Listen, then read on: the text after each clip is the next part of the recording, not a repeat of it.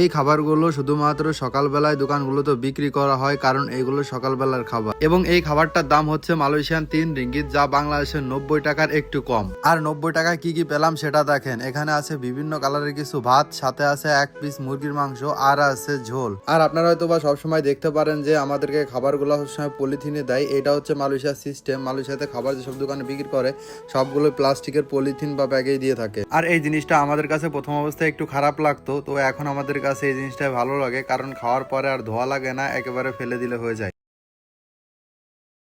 এই খাবারগুলো শুধুমাত্র সকালবেলায় দোকানগুলোতে বিক্রি করা হয়, কারণ এইগুলো সকালবেলার খাবার। এবং এই খাবারটার দাম হচ্ছে মালয়েশিয়ান 3 রিঙ্গিত, যা বাংলাদেশের 90 টাকার একটু কম। আর 90 টাকায় কি কি পেলাম সেটা দেখেন। এখানে আছে বিভিন্ন কালারের কিছু ভাত, সাথে আছে 1 পিস মুরগির মাংস, আর আছে ঝোল। আর আপনারা হয়তো বা সবসময় দেখতে পারেন যে আমাদেরকে খাবারগুলো সবসময় পলিথিনে দেয়। এটা হচ্ছে মালয়েশিয়ার সিস্টেম। মালয়েশিয়াতে খাবার যেসব দোকানে বিক্রি করে সবগুলো প্লাস্টিকের পলিথিন বা ব্যাগেই দিয়ে থাকে। আর এই জিনিসটা আমাদের কাছে প্রথম অবস্থায় একটু খারাপ লাগতো, তো এখন আমাদের কাছে এই জিনিসটা ভালো লাগে, কারণ খাওয়ার পরে আর ধোয়া লাগে না, একেবারে ফেলে দিলে হয়ে যায়।